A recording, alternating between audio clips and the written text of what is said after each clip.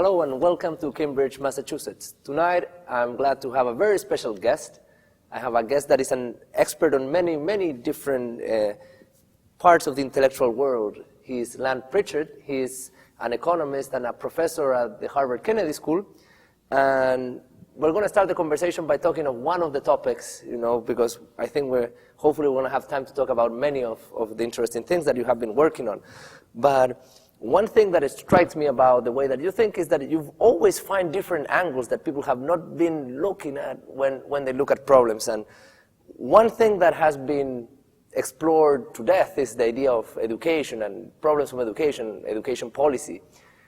And I would like, if you could please share with us first, how has people been thinking about education policy during the last 20 or 30 years? If you could tell us a little bit about that. Okay. Well, I think I'd start by saying people haven't really been thinking about education policy. People have been thinking about schooling policy. And the fact that we use schooling and education often as synonyms points to the depth of the problem. Because after all, everyone, people now say, well, we need universal education. Well, if you think education is the preparation of youth to take their roles in adult society, every society has always had universal education. I mean, no parents have systematically not prepared their children for their adult roles. It's that we've come to believe that schooling is the unique and somehow complete education, which is a belief that's like brand new in the span of human history, right? So what we've done is we've become obsessed with schooling, which is building some buildings, having some classrooms, and getting kids' butts in seats. So we've been just really focused, particularly as development people, but overall, on getting kids into a building called a school. It's almost a fetish with a school. But what education happened inside the school, whether people learned anything and what they learned and how exactly they learned, actually got a lot of short shrift. So there was much more talk about schooling, not enough talk about education per se. So I'm actually writing a book which I call The Rebirth of Education, in which now that we have more or less achieved the goal of universal schooling, we can step back and revisit the question of education. Because what you find is in many of the developing countries of the world, even though they have assembled a schooling policy and hired teachers and trained teachers and built buildings, the levels of learning are just shocking, just really abysmal. So, and I'll move kind of to test score examples, but I want to emphasize that I'm not exclusive about the measures of cognitive skills as being the unique output of education. But if you take an exam that, say, gives the U.S. at 500, well, the U.S. is always panicked about being at an average score of 500 on these exams. But in places like Brazil and Peru, which are otherwise middle-income countries, the average student is at like 320 or 360, which would put them in like the second percentile of American kids. So the average kid in many developing countries is in the far low-performing tail of where a typical U.S. kid should be. And it's just really stunning how little attention there's been to how little basic cognitive skills of reading, writing, ability to reason with science, of the kinds of things that international assessments now measure, has been going on inside these schools. And why do you think this obsession has been with the schooling rather than with education? What led people there? Well, like any really successful social movement, right? I mean, if you think of schooling as a public schooling is probably the most successful social movement of the 20th century. I mean, it went from being a province of the elite to just absolutely everybody. So it has to be a confluence of factors. And I think there's a confluence of two factors that made it sort of unassailable. The first was, during the course of the 20th century, the economy shifted such that to really prepare yourself to be economically productive, you really needed much more schooling and a different kind of education than your parents could provide. So part of the rise of schooling is it was a good way of doing the training for future participation in the economy that people needed. But the second thing about this is that it really was the drive of the nation state to make sure that every kid who was in school was in a public school. As nation states strove to legitimate the rule, and it doesn't matter whether you're talking about communists or secularists in Islamic societies, or even in Latin America, the sort of newly progressive states, they all had to legitimate the rule. One of the legitimated the rule is by the control of the socialization of the youth. So governments they said, geez, kids are going to get educated. If we don't control the education, who knows what they're going to learn vis-a-vis affiliation of the nation state, affiliation to particular ideologies. So it was really the ideological drive of nation states combined with parental demand around their children's economic futures that led to more schooling, and that schooling being controlled by the state. Now, in that setup, right, the state was a little less than concerned. They just wanted to be sure that kids were in the appropriate schools and that nothing subversive was happening. Whether or not they were actually learning was a little bit of a secondary concern. And in fact, in some states, it was pretty explicit that they didn't want, in fact, really capable critical thinkers coming out of their education system. After all, if you're an authoritarian government, how much free thinking do you really want to inculcate in your children's schooling? So they really focused on very basics and kept mass schooling a kind of just enough learning to do sort of mundane tasks, but not so much they were creating what they didn't want, which was really critical thinking citizens. And now that we achieved this sort of goal of having kids in schools, but we are far from the goal of getting kids to learn. Right. How is the development community changing towards that goal? Is it like a new movement? Is there like a new way of thinking of how we're going to get kids, from the seed to get the books from the shelf into their heads? Well, I wish I could be sort of super optimistic, because, again, like any social movement, it's acquired ways to resist pressures. So I've been working on this phenomena that's common from ecology called isomorphic mimicry. And it's comes out of natural evolution where things camouflage themselves, right? So the problem is that the schooling has acquired a tremendous amount of protective camouflage so that they can claim to be working on learning while essentially resisting any serious change. So all kinds of things that just again and again have been demonstrated empirically to have very little connection with underlying learning, like for instance, formal teacher training. Everybody's like, oh, absolutely the way we would improve quality is formal teacher training. Well, yes, if you do the training in the right way, when there's the right systems of measurement, when parents and teachers are really engaged in learning, teacher training can work.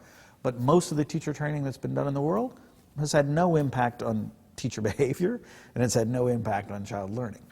But then if you come and say, oh, well, we need to move from an agenda of butts in seats to an agenda of ideas in heads, the response is, oh, great, we'll do more teacher training. Well, yes, but no, right? Unless you do the teacher training in the right way, re-embedded in a really systemic change in how teachers perceive their job, how teachers are empowered to do their job, it's going to have the same effect as teacher training in the past. But in the meantime, they've projected this camouflage that they're really worried about the issue. So the camouflage around, well, yes, of course we'll improve the quality of schooling. We'll do it by increasing inputs, by nicer schools, by spending more money, by training more teachers. The evidence shows again and again and again, you can do a lot more of that. But if you really don't have an underlying performance-driven system, it can have no effect. So it looks like this is a problem that is not just particular to education, that in general states are faced in their need to simplify the world in order to be able to operate over it, they eventually fall into some traps. And I know that in a recent working paper you have been looking about the states and the way that they think about the future, and sometimes apparently they're a little bit too wishful of what they... Right. So can you comment a little bit on that work? No, I think I think this is particularly when in the development, so development sort of arose as a real movement out of the sort of post-World War II experience where countries were becoming sort of newly decolonialized. And so all of a sudden, Asian countries, African countries were acquiring sovereignty, and they were a state, and they controlled their own destiny. Now, from both sides, there was this really rush that these states were legitimate states, just like states that had taken 150, 200 years to sort of build to. So the easiest thing to do, and so I think two things happened. One is it was very easy to just take the existing forms, organograms, structures, laws that existed in the colonial countries that had been imposed on these countries, and then just adopt them wholesale, which is a little bit like taking a tree, thinking it's very beautiful, cutting it off just above the roots and transplanting it elsewhere. Well, without the roots and without the organic development, it's not going to have the same function, right? So, and then the second thing is just increasingly over time, rather than focus on what states could really do with the capability they had, there's been this sort of super optimistic development view of, what can really be done, right? I mean, the highlight of this right now in the world is the U.S. engagement in Afghanistan. So they keep saying, well, we're going to withdraw the troops on a fixed schedule, but we need to build the Afghan capability of the Afghan state at the same time. If you look at anything about the actual trajectories of the development of state capability, it takes decades and decades, because it's a fundamental change in human behavior and norms and how systems work. It takes decades to build a capable state, at a minimum 40 to 50 years. And our rhetoric is we're going to do that in 15 months. And it's just not going to happen. And if you put too much pressure on it, the wishful thinking itself can create pressure to sort of, to create pressure to do more than you can do that actually causes the existing capability to collapse. So if you build a papier-mâché bridge, it can look just like a bridge, but the minute you drive a truck over it, it will collapse. And the wishful thinking, you can keep building papier-mâché bridges, but then every time you then rush in to sort of put reliance on those structures, they'll collapse. And again, Afghanistan has just been an endless series of just wildly over-optimistic ideas about what an Afghan state could do and how quickly its capability could be created. So, the police forces that arose in the United States or Europe or other places, were the result of hundreds of years of trajectories of law enforcement and the way in which people obeyed and didn't obey the law and who did and did not have power. The idea that you can, take some uniforms, slap them on some people hired and call them policemen, and therefore you have a police force is just, it's ludicrous. So now, all these social organizations take decades and, Right. maybe centuries even to develop. But in some way, if we look at the social sciences, there are many different branches, and some of them have been thinking about the world in more mechanistic terms. Right. Sort of there are like some forces that would push the world relatively quickly to equilibrium. Right. From your experience or from what you have been commenting, do you say that there's an important role of culture in the development of these countries, or there are other forces that are making this process so slow? I always hesitate to use the word culture, in part because I'm hesitant to use words that, after all, you have a cultured oyster. And you have a subculture. And you have a subculture, yeah. and you have high culture, and you have low culture, and I don't know. But let's use a different word that might mean the same thing, but let's just use that word. Let's call the word norms. So human beings exist in social organizations, and they have norms. Fundamentally, development and changes are a deep norm shift. So when you think of a police force or any Weberian bureaucracy, Max Weber described these organizations of bureaucracies because they were so new and novel, and you have to displace existing behavioral norms. So for instance, if I'm in a bureaucracy and my brother-in-law comes and asks me to do something that's against the rules, in modern sort of norms, I have a stronger affiliation to obey the rules of the bureaucracy than really violate the rules of the bureaucracy for my brother-in-law. And if I do that, it's perceived both within the organization and in the society as large that I was in the wrong, right? If I, give a contract, if I have a public official give a contract to my brother-in-law outside of the procedures, people don't say, well, it was his brother-in-law, of course he did that, that was the right thing to do. They say, well, that was the wrong thing to do, even though it was his brother-in-law. So part of the transition is shifts of norms from kind of particularistic norms where doing the right by your brother-in-law trumps doing the right by your organizational affiliation to other norms. Now, as you know, the things about norms is they have stable equilibria, and then they have unstable periods, and then they have new stable equilibria. So yes, it's very hard to transform norms. But I think now in the world today, in many countries of the world, we're in a much worse situation.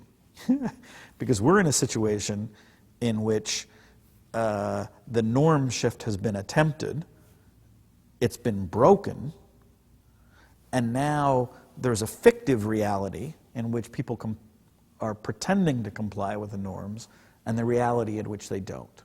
So for instance, some authors here from MIT did a study of attendance of nurse midwives at clinics in India. And, they did the study, and they found at the end of the study period, which was meant to increase their attendance, the actual attendance of these nurse midwives was 30%. So the norm was you don't show up for work. 70% of the people on any given day didn't show up for work. On the other hand, the legal norm, the legal fiction was that these people were all there in the building. And the actual administrative records of the organization showed them there in the building. Oh. So now, not only are you trying to make a shift from one norm to another norm, but you're in a situation in which there's a legal norm that essentially has no traction on people's behavior. You can't have 70% absences in an organization and have people feel that that's a bad thing, right? They obviously just don't feel that the norm of attendance has any traction. Normative traction, that's what we mean by a norm, is that both it's the normal and that you feel some normative traction. So now we have that the attempt of imposition of a set of legal norms has fractured relative to the actual behavioral norms, and now both are coexisting. The problem of fixing that's really, really hard because everyone has the incentive to maintain the fiction. So if you go to officials in India and say, oh, well, you've got an attendance problem, they'll show you the administrative records and say, no, we don't. Right? And so it's hard to motivate bureaucratic and or political action around a problem that everybody is in legal but completely fictive denial about. So I actually think the original modernization theory was sort of a norm shift theory and culture was an obstacle. Now it's like even we're 50 years on or 60 years on to that debate. We're at a much, much more difficult place. Another set of questions that I want to ask is, you wrote this book that's called Let Their People Come. And reading some of the comments on that book, there was one that I thought it was very short but very insightful, which was thinking about development and making the simple distinction about having development being something about a place, right, or being something about the people. Do we want to develop Nepalis anywhere or right, just in Nepal? No, and this gets right exactly back to the previous question. So one of the really kind of important questions to ask is, why are people poor, right? And poor people could be poor, and poor in the purely economic sense mostly means you have low productivity. And you have low productivity because you own few assets or because you're not very productive with the assets, right? Now, basically, you could think poor people were poor because they were just low productivity. Or you could think poor people were poor because they were working in places where the place had low productivity. So what you can show very easily empirically is that nearly all of global poverty is because otherwise perfectly productive people are trapped in poor places. So once these poor places are trapped in the middle of an unsuccessful norm shift, it becomes very difficult to get the place out of it, right? But then the whole development focuses on development of the place, but the easiest and most obvious way to solve poverty is just let a poor person get out of a poor, unproductive place. So if a Guatemalan, we've looked at wage differentials, right? Where we can compare like identical people across the border. So take, a Guatemalan, born in Guatemala, educated in Guatemala, same level of education, same, both live in an urban area, and compare one Guatemalan in Guatemala and a Guatemalan in the United States. They make, basically, once they move to the United States, they make roughly the same as what people in the United States with the same characteristics make. There's nothing unproductive about a Guatemalan. There's something unproductive about Guatemala. Now, fixing Guatemala is really hard because you've got these complex power equilibria, you've got these complex norm shifts that are difficult to change, but fixing poverty for any Guatemalan is really easy. You just get them out of Guatemala into a productive place, and it could be Germany, it could be Denmark, it could be the United States, it could be Canada. But the development rhetoric has been almost exclusively about places. Let's fix the place. Well, that's just and there are obviously really important international political reasons why that's true, but it's amazing the extent to which the simple facts have been kept kind of off the political agenda, where you get people talking about, let's fix poverty by microcredit. There are arguments for and against microcredit, but we did the calculation of, let's say we wanted to get the same effect on the household of a lifetime of access to microcredit.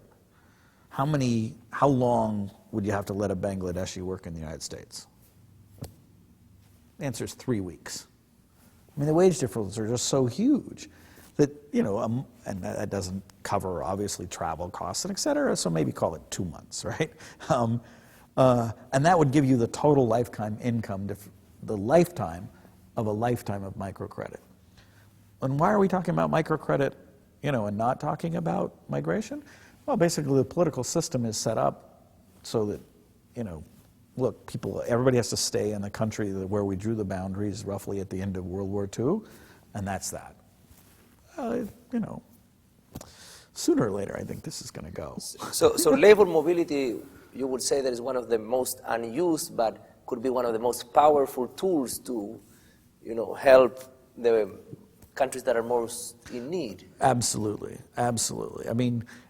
It's easy to do the calculations at the micro level, like weeks of microcredit versus, weeks of working in the United States versus lifetimes of microcredit, or at the macro level. So, just and within large countries, we have observed something like this, that people have moved around. Oh, absolutely. Just look at the United States. So in the book, I do some calculations like, what would carve off areas of the Midwest that are roughly the size of Paraguay, just agglomerate a set of counties that are physically contiguous, roughly the shape of Paraguay in the middle of the United States.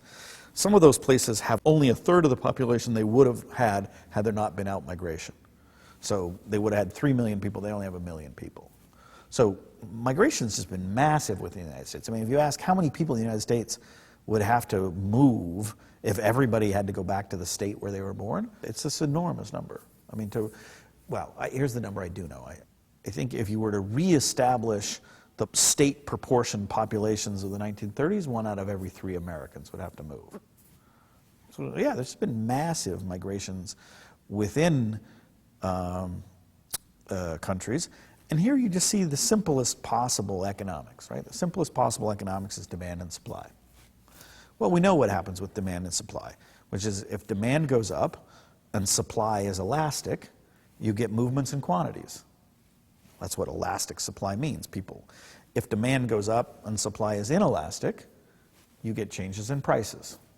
So basically what has happened in a lot of countries, what used to happen in the world system and what happens with countries is that areas and regions that get negative labor demand shocks because they become unproductive or they're unproductive places, just population falls, quantity adjusts, and wages are about the same. So wages aren't that different between, say, Alabama and California. What's happened? People moved out of Alabama to California till the wage was about the same. On the other hand, if you take a place, labor demand falls, and you don't let people move, what happens? Wages collapse.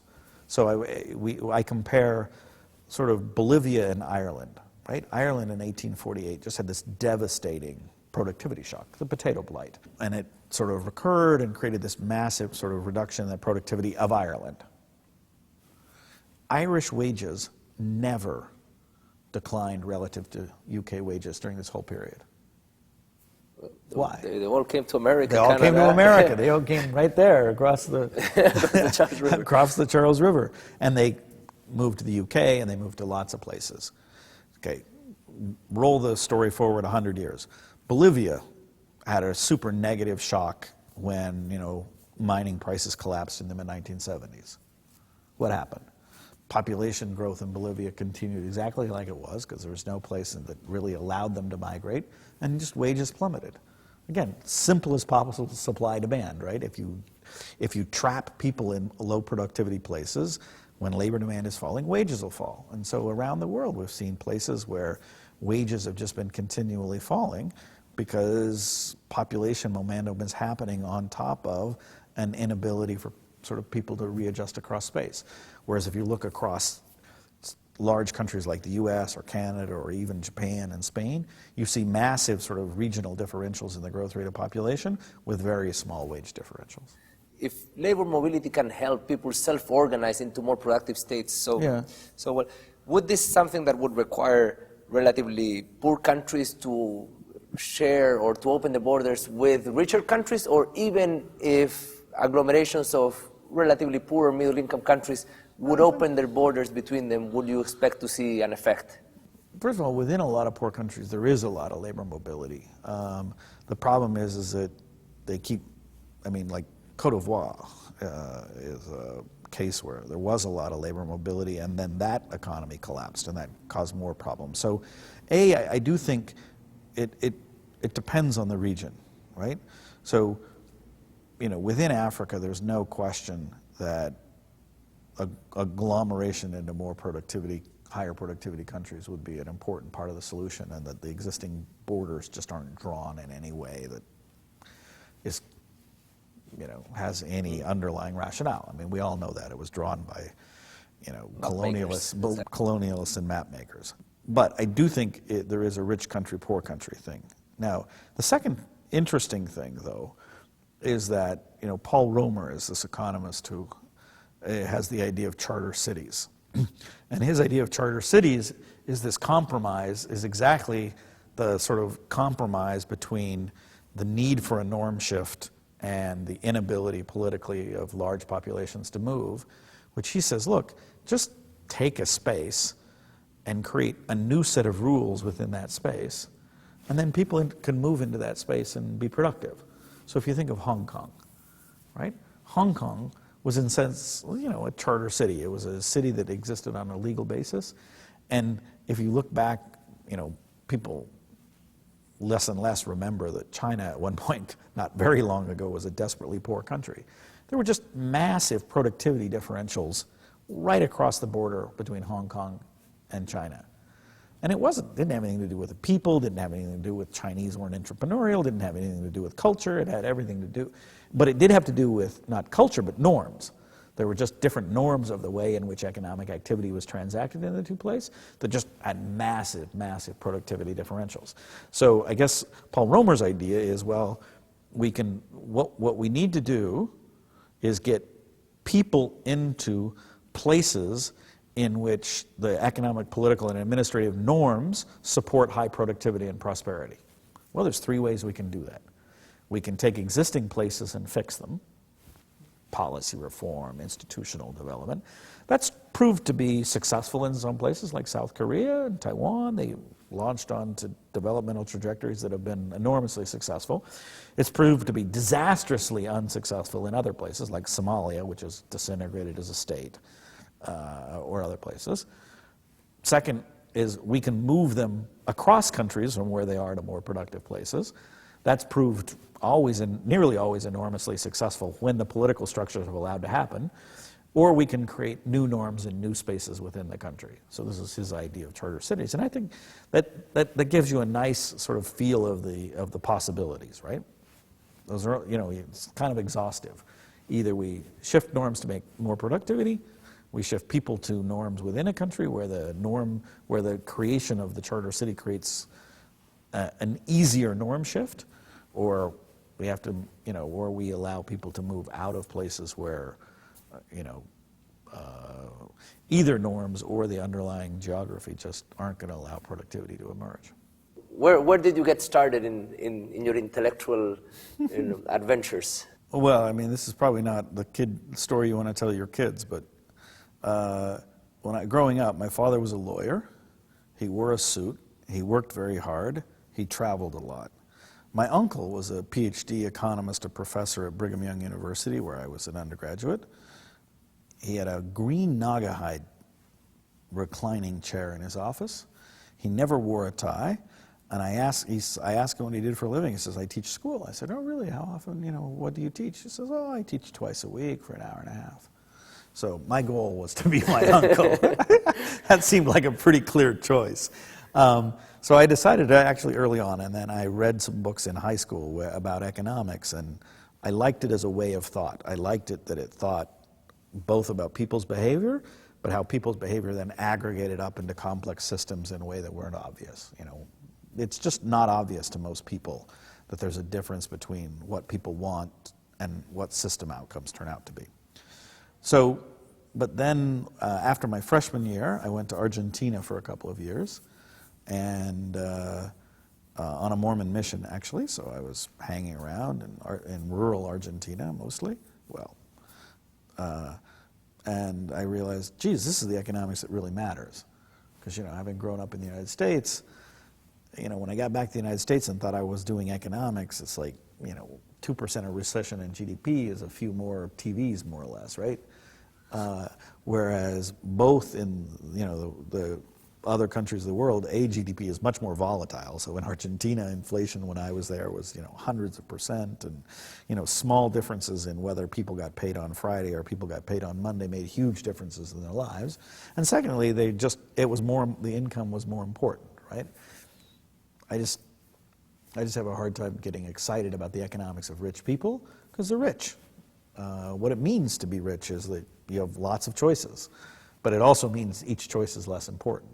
Whereas the economics of, you know, the science of choice, the science of how choices aggregate in poor places where the choices really matter, it just seemed like the obvious thing to do. So you went to Argentina, you came back to the US, and you decided to work on development economics. And Yep. then you went for grad school, then you started working. Then I went to MIT, so I was a graduate of course 14. During the period in which, it was during the period in which what was classically known as development economics was very, it was in the doldrums at the time. But, you know, what everybody was working on, the big professors at the time were Stan Fisher, Olivier Benchard, Rudy Dornbusch, because the Mexican debt crisis happened in 1982. I went to grad school in 1983. Sort of the Latin American debt crisis made macroeconomics kind of everything. So I think half of the students in my class did macroeconomics. But being an American, I was never any good at it because I just never grew up worried about your exchange rate and inflation. You know, I mean, in the United States, no one worries about the exchange rate, right? Whereas if you grew up in now some people do a little. Now they do a little, but I'm just saying, you know, literally, I mean, I grew up in Boise, Idaho. I mean, you could live your whole life and never see a foreign currency, right? And not really worry about, and inflation, you know, was always relatively mild. So, so I did development economics and then went from there to the World Bank and was in the research group at the World Bank for some years. And that was good exposure, I think. And then at the World Bank, did you stay mostly in Washington? Did you live in different places? I stayed in Washington for a while, particularly when I was in the research group. The research group was exclusively based in Washington. But then I moved to Indonesia in 1998. And in 1998, I and my family was moving into Indonesia just as everyone else was coming out, because we went there in August of '98. Suharto had resigned in March, I think. Just complete chaos. There'd been riots. So I went in with the World Bank in sort of a financial crisis mitigation mode, where we ran some what we called safety net programs to sort of buffer the effect of the crisis on people. So that was I was probably already 40 years old. I thought I knew a lot of stuff. Trying to get stuff done in crisis mode in a foreign country, and I learned a lot just by being in the field. Like I say, and trying to get stuff done. I immediately learned. I'd been an econometrician, worried about data sets and results, and I quickly realized that no problem with data was harder than any problem with people. Trying to manage people towards kind of outcomes was really hard. And then now you're back in Cambridge, what's next? Should we expect you to be in Cambridge for the next years, or are we going to enjoy your presence, or are you going to go and travel, and go to some other country where they would need your help? Well, I'm currently engaged with the government of South Sudan, which is going to be a very huge challenge. I've been doing a lot of work on, weak states, wishful thinking, building institutions, and here's a country that needs kind of all of that. And I've been talking with kind of, some of the officials there about how they resist the temptations that have led, the temptations of the external community that leads other countries into failure. And I may spend a significant part of the next year there, because I don't want to get old teaching students my same experiences again and again. So I'm a professor of practice, in which I'm trying to give the students some feel for the complexity of the problems they face in practice. But I think to do that realistically, I need to go participate in the practice. Second, I find the one thing about academics is they choose problems, they structure problems to make them amenable to their techniques. Whereas when you go and actually confront a problem in the real world, it's a much harder problem than anyone would ever work on as a research question. So the difference between academia and the real world is not that academics tackle hard questions and the real world tackles easy questions. It's the opposite. People in the real world don't have the luxury of restructuring the questions into the disciplinary and methodological structures that make the problem tractable and ignore the others. So now in economics, all kinds of people will say, well, geez, that problem's just intractable. We're not going to do research on it. Well, I'm sorry, if an intractable problem is the problem a country faces, you have to do something about it, right? And you can't say, well, gee, we'll wait 50 years for the methodological basis or the evidentiary basis to emerge, and then we'll make advice. So I actually enjoy the challenge of, being pushed up against problems that are too hard to do research on. So that's wonderful, a man of action, you can say. Well, again, I go back and forth. So when I'm among men of action, they think I'm a man of thought. When I'm with researchers, they think I'm a man of action. So I don't know, maybe I'm an amphibian or something, an intellectual amphibian. Is that what an amphibian does? Yeah, a little bit of both. Well, thank you very much, Lant. It was a pleasure having you, and thank you very much for sharing all your experiences, thoughts, and ideas with us. Great, it's great to be here.